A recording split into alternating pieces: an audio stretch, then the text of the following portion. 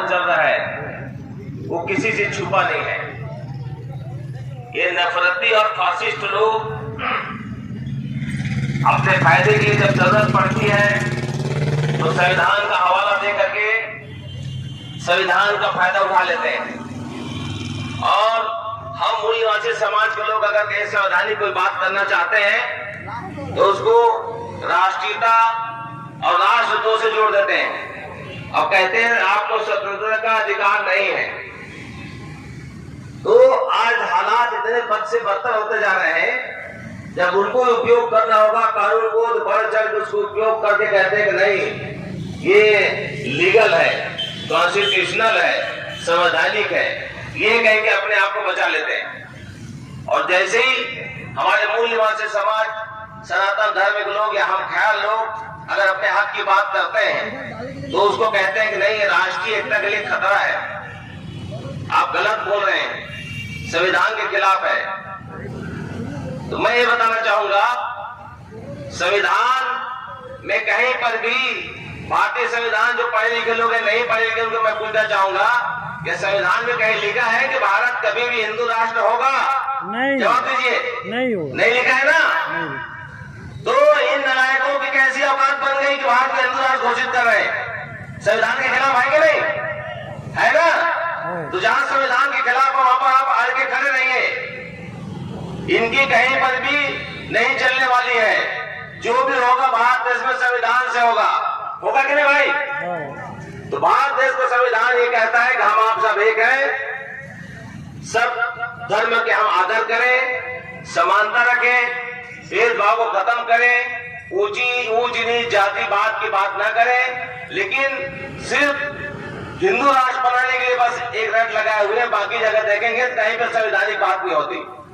जगह जगह जाति धर्म संप्रदाय हिंदू मुस्लिम न जाने सुबह उठते ही रात भर ख्वाब में देखते हैं और नहीं भी देखते हैं, सुबह उठते ही प्लान बनाते हैं दिन भर हम क्या करें, फिर रात में क्या ख्वाब देते हैं। ये खाली नफरत फैलाने के अलावा कोई काम नहीं हो रहा है इस देश में। आदमी बेरोजगारी की तरफ कोई ध्यान नहीं दे रहा है, महंगाई चरम सीमा है उस पर कोई ध्यान नहीं दे रहा है, बहुत ज्यादा यहाँ पर जाति धर्म की लड़ाई उस पर कोई ध्यान नहीं दे रहा है। याद रखें कोई भी शासक वर्ग अगर कहीं अपने शासन को धार्मिक आधार पर अगर करना चाहेगा तो वहां सिर्फ बर्बादी ही बर्बादी हो रहे हैं। तो आज धार्मिक उत्मान फैलाकर हमारे भारत देश में एक बहुत ही गलत माहौल पैदा किया गया है, जिसके चलते बहुत सारी भ्रांतियां पैदा हो चुकी हैं और हमारे मूल निवासी समाज को बहुत ज्यादा दिग्भ्रमित कर दिया गया है। आज हमारा मेन टॉपिक है सनातन धर्म,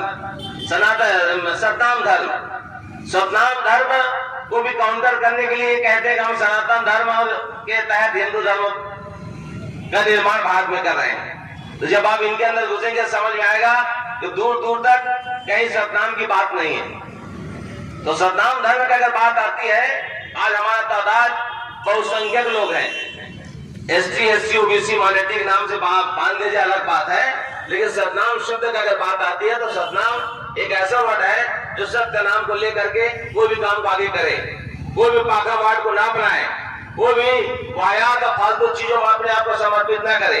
लेकिन अफसोस कि हमारे समाज के बहुत बड़े आबादी आज इन पाखंडियों के चंगुल में फंसे हुए हैं और उन्हीं के पीछे पीछे जा रहे हैं और अपने अपना जो सतनाम धर्म है उसे पीछे हो गए।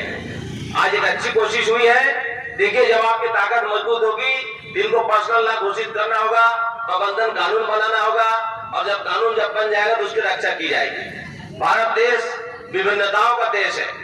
यहाँ पर जब पावरफुल बात होने की बात आई तो शुरू में दो विधि बनाया पाया गया, एक हिंदू विधि का नाम दिया गया और दूसरा जब हमने कहा कि हम इस्लाम के मानने वाले हैं, हम इसका पालन नहीं कर सकते, हमारा अपना लॉ होना चाहिए, तो पर्सनल लॉ के तहत मुस्लिम विधि, दो ही विधि हमारे भारत देश में जिसको सुप्रीम कोर्ट तक मान्यता है। अब यहाँ पर आप बताएं, आप सब हिंदू हैं क्या? नहीं। जो से जवाब दीजिए। नहीं है ना?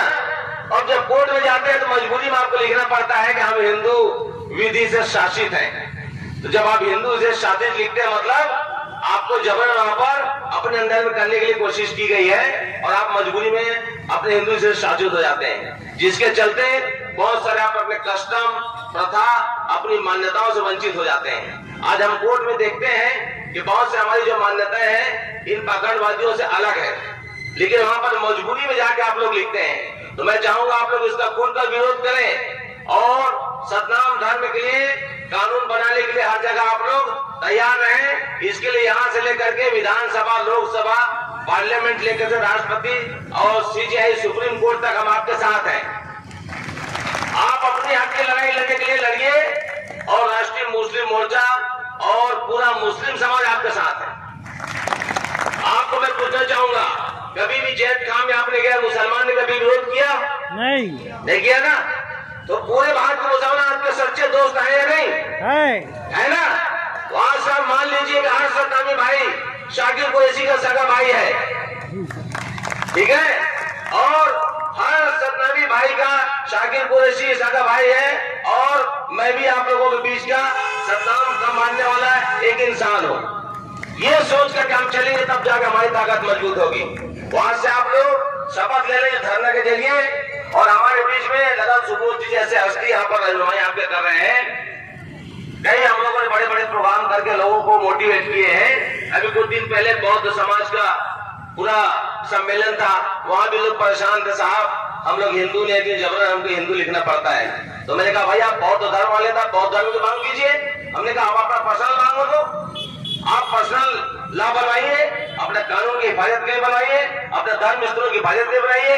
अगर आप ऐसा नहीं कर पाएंगे तो हर जगह ये लोग अपना गर्व स्थापित करते करते आपका शोषण करेंगे, और फिर से वही गुलामी का दौर जो पहले था वही आपका फिर से आने वाला है। लिहाजा आप लोग अपने कानून को, अपने कस्टम को, अपने प्रथा को लागू करवाने के लिए बढ़ चढ़ के हिस्सा लें, और इस धर्म ज्ञापन के जरिए एक अपने एक नियमावली कंप्लीट बना करके उस बात को यहाँ से लेकर के आज जैसे हमने आज के धरने के जरिए बताया जा रहा है कि सभी जगह ज्ञापन देंगे और उसको जोड़ दें, तो उस बात को विधानसभा में उठाई जाए, लोकसभा में उठाई जाए, ताकि आपका पर्सनल हिफाजत के लिए कानून बन जाए और पर्सनल लॉ बन जाए, ताकि सब जगह आप सुरक्षित रहें। आप जब सुरक्षित हैं तो हम सुरक्षित हैं, अगर हम सुरक्षित हैं तो आप सुरक्षित हैं। इनको अभी एक ही चीज खतरा दिखता है, पूरे भारत में सबको तो हिंदू बोल करके हिंदू भी दिखता है, कंट्रोल में ले आए। मुसलमान का अपना लॉ है, अपना विधि है, तो ऐसे बोलने वाले को बुलाइए और 2 झापड़ लगाइए। अब बोलिए भैया वो नहीं है दुश्मन, तो वो मुसलमान के सामने आके बोलता है कि सतनामी भाई तुम्हारा दुश्मन है, तो मुसलमानों को मैं कहता था उसको बुलाकर 2 झापड़ लगाओ, उनको बोलो सतनामी भाई मुसलमान का दुश्मन नहीं है, तुम दुश्मन हो। तो ये चीजें आप लोग आज यहाँ आयत करके जाओ कि घर में, गांव में बिल्कुल इस टाइप के जो भेदभाव चल रहे हैं उसको खत्म करें, और हम हर सुख दुख में एक दूसरे के साथ जाएं। जहां जहां भी आप सतनामी समाज का कोई प्रोग्राम होता है तो बेझिझक आप लोग आमंत्रित क्या करें, हम जाएंगे। मैं खुद गांव देहात का लड़का हूँ, छत्तीसगढ़ी मोड़ खुद सतनामी मोड़ महाप्रसाद मितान है, पूरे परिवार में मोड़ मितान है।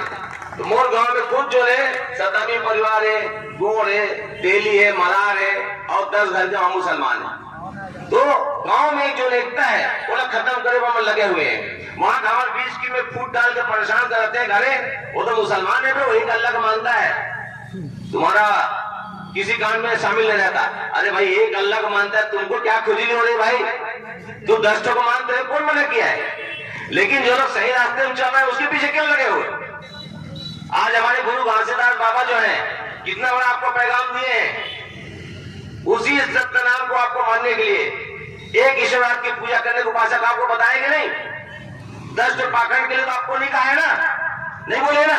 तो हमारा फर्ज बनता है कि उन्हें बताए और मार्ग पर चले और अपने बातों पर अड़िग रहे। और ये जो हमारे सुरक्षा का जो कानून है उसको हम लोग आराम में पास करवाएंगे, और जितने हमारे धार्मिक स्थल है जहाँ पर जबरन तरीके से बलात् कब्जा किए जा रहे हैं और अलग अलग कानून बना करके शोषण की पद्धति अपना रहे हैं, वहां पर हम अपने हक की लड़ाई लड़ते रहेंगे, और सभी अपने धार्मिक स्थलों को अपने अपने तरीके से सतनाम धर्म के तहत उसको संरक्षण देंगे और अपने कब्जे में लेके काम करेंगे, और उसकी व्यवस्था करने के लिए कानून बनवाएंगे।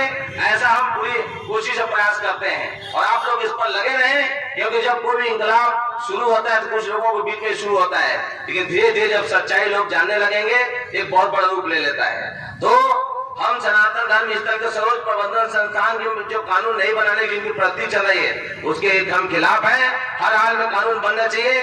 इसके लिए हम और पूरा राष्ट्रीय मुस्लिम मोर्चा आप लोगों को समर्थन करते हैं और मैं वकील होने के नाते समर्थन करता हूं कि जितनी भी कानूनी लड़ाई नीचे से लेकर के सुप्रीम कोर्ट तक की लड़ी जाती है, वहां मैं सब जगह मैं हूं, मेरे पूरे वकील के पैनल आप लोग साथ हैं। तो आज के बाद आप अकेले नहीं हैं, हम आपके साथ हैं। तो आपकी लड़ाई में हम हैं और मैं उम्मीद करता हूं कि आप लोग हमारे गांव को, शहर को, जिले को, राज्य को मजबूत बनाने के लिए सनातन सतनाम धर्म और इस्लाम धर्म के साथ बिल्कुल कॉम्बिनेशन बना के चलेंगे और एक दूसरे को हम भाई भाई बोलेंगे।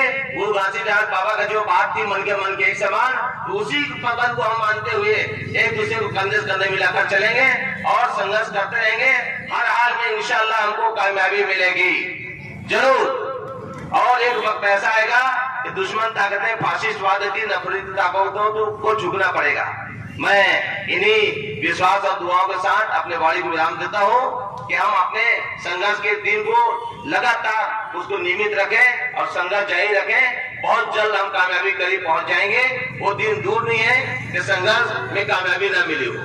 तो इन्हीं बातों के साथ हम आप सब एक हैं ये कहते हुए अंतिम उद्बोधन के तहत मैं जो भी कानून बनाने के बारे में हमारी मांग हो रही है, उस मांग के लिए पूर्णतः समर्थन करते हुए धरना स्तर से शासन प्रशासन सरकार को मैं आह्वान करता हूं कि सतनाम धर्म की जितनी भी मांगे हैं उसको पूरी की जाए। हमारा उसका पूर्ण समर्थन है। इन्हीं बातों के साथ अपनी बातों को मैं विराम देता हूं। बहुत बहुत शुक्रिया आप लोगों ने मुझे सुना, इसके लिए धन्यवाद। जय भारत, जय संविधान, जय भीम, जय भीम, जय सतनाम।